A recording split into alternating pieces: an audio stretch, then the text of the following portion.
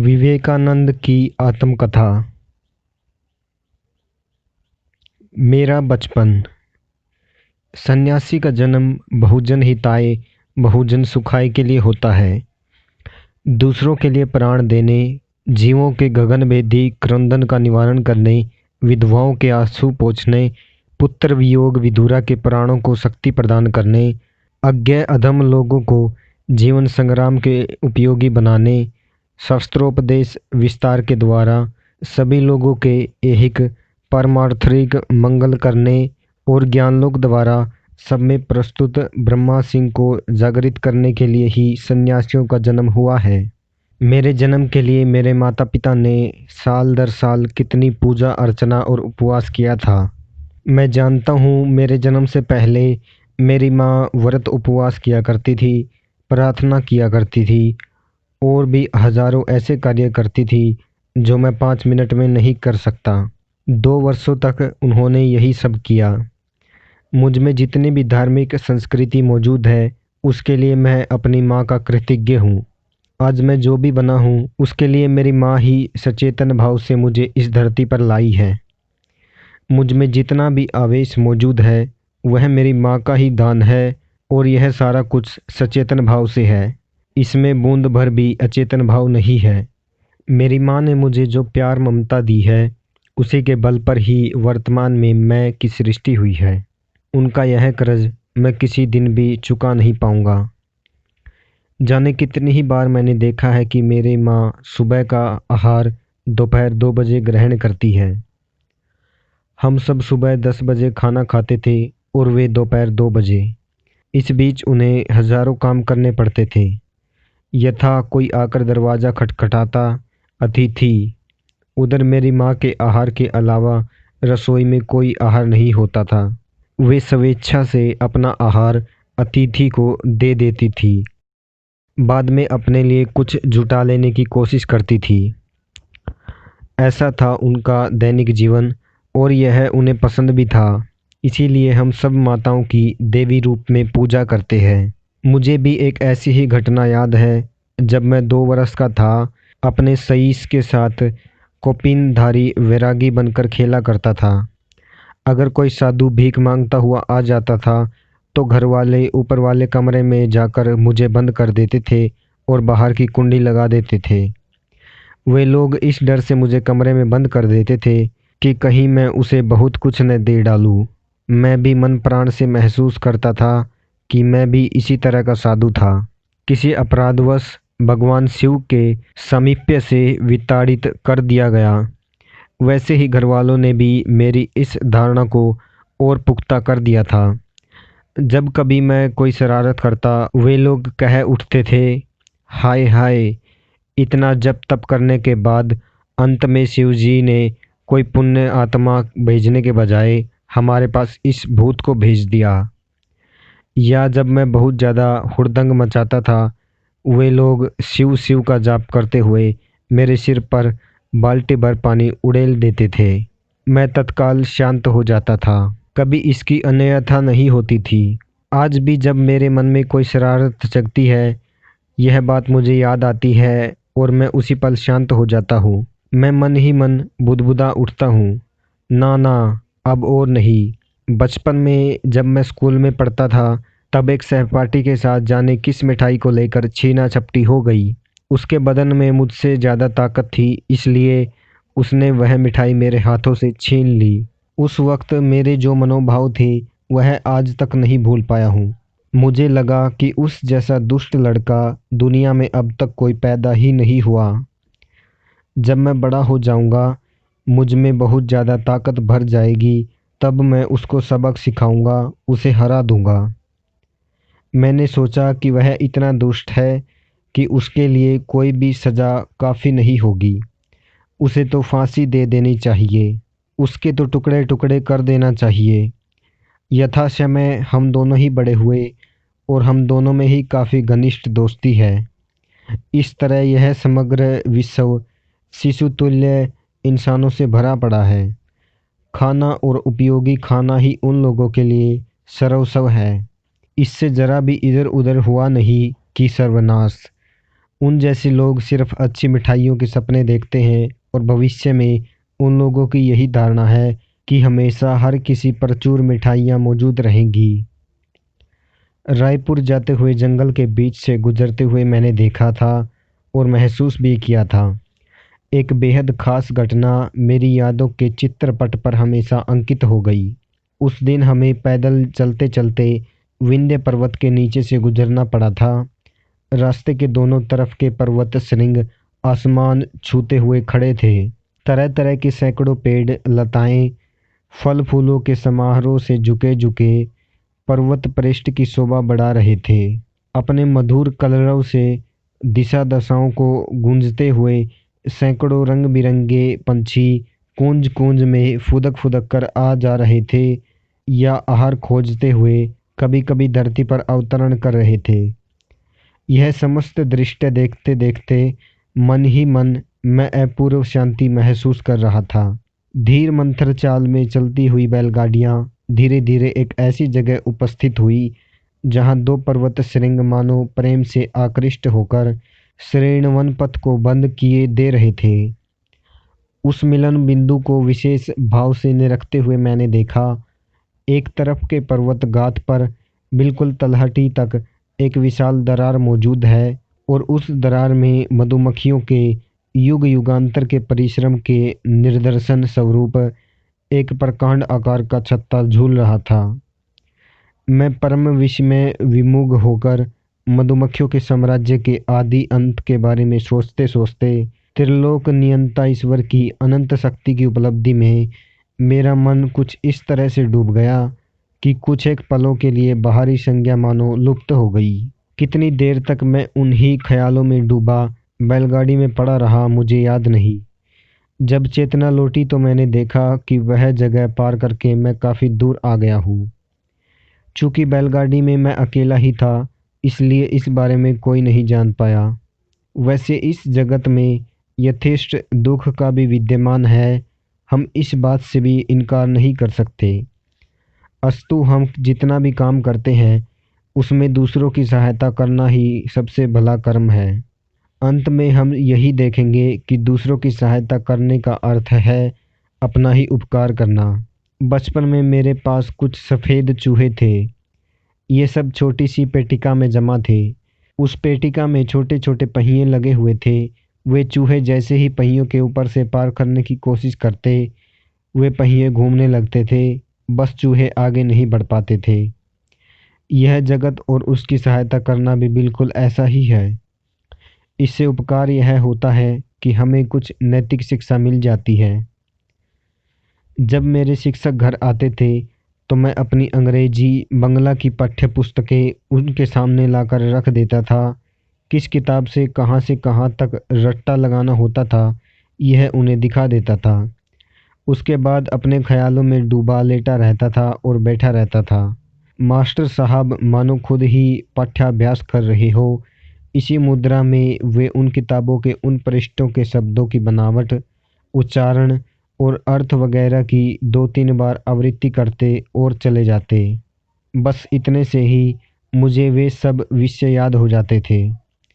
Primary school में थोड़ी बहुत गणित, कुछ संस्कृत व्याकरण, थोड़ी सी भाषा और हिसाब की शिक्षा दी जाती थी।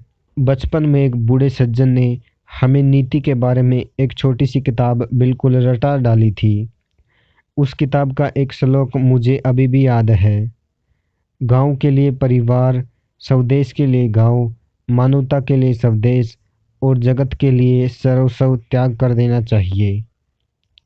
उस किताब में ऐसे ढेरों श्लोक थे। हम सब वे सभी श्लोक रट लेते थे और शिक्षक उसकी व्याख्या कर देते थे। बाद में छात्र भी उनकी व्याख्या करते थे। जो कविता स्कूल में हमें शुरू शुरू में सिखाई गई वह थी, जो मनुष्य सकल नारियों में अपनी माँ को देखता है, सकल मनुष्यों की विश्व संपत्ति को धूल के ढेर के समान देखता है, जो समग्र प्राणियों में अपनी आत्मा को देख पाता है, वही प्रकृत ज्ञानी होता है। कलकत्ता में स्कूल में पढ़ाई के समय से मेरी प्रकृति धर्म प्रवण की थी, लेकिन सभी चीज़ों की तत्काल जांच परख कर लेना मेरा स्वभाव था। सिर्फ बातचीत से मुझे तृप्ति नहीं होती थी। सोने के लिए आंखें मूंदते वक्त मुझे अपनी बाहों के बीच एक अपूर्व ज्योति बिंदु दिखाई देती थी और अपने मन में तरह तरह के परिवर्तन भी महसूस करता था। देखने में सुविधा के लिए इसलिए लोग जिस मुद्रा में जमीन पर मत्था टेककर प्रणाम करते हैं, मैं उसी तरह शयन करता था। वह अपूर्व बिंदु तरह तरह के रंग बदलते हुए और दीर्घतर आकार में बढ़ते बढ़ते धीरे धीरे बिंब के आकार में परिणत हो जाती और अंत में एक विस्फोट होता था तथा आपाद मस्तक शुभ तरल ज्योति मुझे आवृत कर लेती थी। ऐसा होते ही मेरी चेतना लुप्त हो जाती थी और मैं निंद्रा विभूत हो जाता था। यह धारणा मेरे मन में घर कर गई थी कि सभी लोग इसी तरह सोते हैं। दीर्घ समय तक मुझे यही गलतफहमी थी। बड़े होने के बाद जब मैंने ध्यान अभ्यास शुरू किया, तब आंखें मूंदते ही सबसे पहले वही ज्योति बिंदु मेरे सामने उभर आती और मैं उसी बिंदु पर अपना चित्त एकाग्र करता था। महर्षि देवेंद्र नाथ की सलाह पर जब मैंने चंद हम उम्र साथियों के साथ नृत्य ध्यान अभ्यास शुरू किया, तब ध्यान में किसे किस प्रकार का दर्शन और उपलब्धि होती है, इस बारे में हम आपस में बातचीत भी करते थे। उन दिनों उनकी बातें सुनकर मैं समझ गया कि उस प्रकार का ज्योति दर्शन उनमें से किसी को नहीं हुआ और उनमें से कोई भी ओदे मुंह नहीं सोता था। बचपन में मैं अतिशय हुड़दंगी और खुराफाती था, वरना साथ में कानी कोड़ी लिए बिना मैं समूची दुनिया की यूं सैर कर पाता। जब मैं स्कूल में पढ़ता था, तभी एक रात कमरे का दरवाज़ा बंद करके ध्यान करते करते एकदम से तल्लीन हो गया। कितनी देर तक मैं उस बेसुध ध्यान में लीन रहा बता नहीं सकता। ध्यान शेष हुआ, फिर भी उसी मुद्रा में बैठा रहा। ऐसे में कमरे की दक्षिणी दीवार भेदकर एक ज्योतिर्मयी मूर्ति प्रकट हुई और मेरे सामने आ खड़ी हुई। उनके चेहरे पर अद्भुत क्रांति झलक रही थी, फिर भी मानो कोई भाव न हो। महाशांत सन्यासी मूर्ति, मुंडित मस्तक, हाथ में दंड और कमंडलू। कुछ देर वे मेरी तरफ एकटक देखते रहे। उस समय उनके चेहरे पर ऐसा भाव था मानो वे मुझसे कुछ कहना चाहते हो। मैं भी अवाक दृष्टि से उनको निहारता रहा। अगले ही पल मन मानो किसी खौफ से भर उठा। मैंने जल्दी से दरवाज़ा खोला और कमरे से बाहर निकल आया। बाद में खेद हुआ कि मूर्खों की तरह डरकर मैं भाग क्यों खड़ा हुआ। वे शायद मुझसे कुछ कहते, लेकिन उस रात के बाद उस मूर्ति के कभी दर्शन नहीं हुए। कई बार मेरे मन ने कहा कि अगर दोबारा उस मूर्ति के दर्शन हुए तो मैं डरूंगा नहीं, उनसे बातें करूंगा। लेकिन फिर कभी वह मूर्ति नज़र नहीं आई। मैंने बहुत सोचा, मगर कोई कुल किनारा नहीं मिला। अब मुझे लगता है कि उस रात मैंने भगवान बुद्ध के दर्शन किए थे। बचपन से ही जब भी कहीं कोई व्यक्ति, वस्तु या जगह देखता, मुझे ऐसा लगता कि मैंने वह सब पहले भी कहीं देखा है, लेकिन लाख कोशिशों के बाद भी याद नहीं पड़ता कि कहाँ देखा है। कहीं अपने मित्रों से किसी विषय पर बातचीत करते हुए अचानक ही कोई मित्र कोई ऐसा जुमला बोल जाता था जिसे सुनकर मुझे लगता था कि इसी कमरे में इन्हीं सभी लोगों से पहले भी मेरी बातचीत हुई है और उस वक्त भी इस व्यक्ति ने ही यही वाक्य कहा था। लेकिन दिमाग पर काफ़ी जोर डालने के बाद भी यह तय नहीं कर पाता था कि इसकी वजह क्या थी। बाद में पुनर्जन्मवाद की जानकारी हुई तो मुझे यह ख्याल आया कि ये सब घटनाएं शायद मेरे पिछले जन्म से घटी थी और वही सब सांसारिक स्मृतियाँ कभी कभी इस जन्म में भी मेरे मन में ताक झाँक करती है। लेकिन उसके भी बहुत बाद यह समझ में आया कि इन सब अनुभवों की ऐसी व्याख्या युक्ति संगत नहीं है। अब लगता है कि इस जन्म में मुझे जिन जिन लोगों या विषयों से परिचित होना था, उन्हें अपने जन्म से पहले ही चित्र परंपरा मुताबिक मैंने किसी तरह से देख लिया था। इस धरती पर भूमिष्ठ होने के बाद वही सब स्मृतियाँ समय समय पर मेरे मन में झांकने लगती हैं। एंट्रेंस की परीक्षा के 3 दिन बाद पहले की बात है। मैंने देखा कि ज्योमेट्री में मैंने कुछ भी नहीं पढ़ा सीखा है। तब मैं रात भर जाग कर पढ़ता रहा और 24 घंटे के अंदर मैंने ज्योमेट्री की किताब के 4 खंड पढ़ डाले और याद भी कर लिया। मैंने 12 वर्षों तक कठोर ध्यान किया और कोलकाता विश्वविद्यालय से बीए पास कर लिया। छात्र जीवन में ही ऐसी आदत पड़ गई थी कि किसी भी लेखक की कृति की पंक्ति पंक्ति न पढ़ने के बावजूद मैं मतलब समझ लेता था। हर पैराग्राफ की पहली और अंतिम पंक्ति पढ़कर मैं उसका भाव समझ लेता था।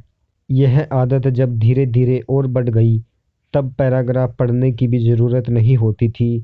हर पृष्ठ की पहली और अंतिम पंक्ति पढ़कर ही सारा कुछ समझ लेता था। जहाँ कहीं कोई विषय समझने के लिए लेखक 4-5 या अधिक पृष्ठों में विस्तार से बताता था, वहाँ शुरू की कुछ एक बातें पढ़कर ही मैं पूरा विषय समझ लेता था। यौवन के पदार्पण करने तक हर रात बिस्तर पर लेटते ही मेरी नज़र के सामने 2 दृश्य उभर आते थे। एक दृश्य में मैं देखता था कि मैंने अशेष धन जन संपदा और ऐश्वर्य अर्जित कर लिया है। दुनिया में जिन लोगों को धनी आदमी कहते हैं, मैंने उनमें शीर्ष स्थान प्राप्त किया है। मुझे लगता था कि मुझ में सच ही धनी आदमी बनने जैसी ताकत मौजूद है। अगले ही पल मैं देखता था कि दुनिया की तमाम चीज़ें त्याग कर एकमात्र प्रभु इच्छा पर निर्भर करते हुए कौपीनधारी मैं अपनी मनमर्जी का भोजन करता हूँ और किसी पेड़ तले रात गुजारता हूँ। मुझे ऐसा महसूस होता था कि अगर मैं चाहूँ तो इसी तरह ऋषि मुनियों जैसा जीवन व्यतीत करने में समर्थ हूँ। इस प्रकार दो ढंग का जीवन यापन करने की छवि मेरे कल्पना में उदित होती थी और अंत में दूसरी वाली छवि मेरे मन पर अधिकार कर लेती थी। मैं सोचता था कि इंसान इसी तरह परमानंद लाभ कर सकता है, मैं भी ऐसे ही बनूंगा। उसी वक्त उस जीवन के सुखों के बारे में सोचते सोचते मैं ईश्वर आराधना में निमग्न हो जाता था और सो जाता था। आश्चर्य की बात यह है कि ऐसा अनुभव मुझे काफ़ी दिनों तक होता रहा। यह झूठ बोलने जैसा होगा, यह सोचकर मैंने लड़कों को कभी जू का भय नहीं दिखाया और अपने घर में किसी को भी ऐसा काम करते हुए देखा तो उसे काफ़ी डांटता था। अंग्रेजी पढ़ने और ब्राह्मण समाज में आने जाने के कारण मेरी वाणी की निष्ठा काफ़ी बढ़ गई थी। वर्तमान युग के प्रारंभ में बहुतेरे लोगों ने यह आशंका जाहिर की थी कि इस बार धर्म का ध्वंस होना अवश्यंभावी है। वैज्ञानिक गवेषणाओं के तीव्र आघात से पुराने कुसंस्कार चीनी मिट्टी के बर्तनों की तरह चूर चूर होते जा रहे थे। जो लोग धर्म को केवल मतवाद और अर्थशून्य कार्य समझ रहे थे, वे लोग किंकर्तव्य विमूढ़ हो उठे। पकड़े रहने जैसा उन लोगों को कुछ भी नहीं मिल रहा था। एक वक्त तो ऐसा भी लगा कि जड़वाद और अज्ञेयवाद की उताल तरंगे, राह में आई हुई सभी चीज़ें, सारा कुछ अपने तेज प्रवाह में बहा ले जाएंगी। बचपन की उम्र में इस नास्तिकता का प्रभाव मुझ पर भी पड़ा था और एक वक्त ऐसा भी आया जब मुझे लगा कि मुझे भी धर्म का सारा आसरा भरोसा त्याग देना होगा। लेकिन शुक्र है मैंने ईसाई, मुसलमान, बौद्ध वगैरह धर्मों का अध्ययन किया और यह देखकर चकित रह गया कि हमारा धर्म जिन सब मूल तत्वों की शिक्षा देता है, अन्याय धर्म हूबहू वही शिक्षा देता है। उस समय मेरे मन में प्रश्न जाग उठा, तो फिर सत्य क्या है? जब मैं बालक था, इसी कलकत्ता शहर में सत्य की खोज में मैं यहाँ वहाँ घूमता था और लंबे लंबे भाषण सुनकर मैं वक्ता से सवाल करता था, आपने क्या ईश्वर के दर्शन किए हैं? ईश्वर दर्शन के सवाल पर बहुतेरे वक्ता चौंक उठते थे।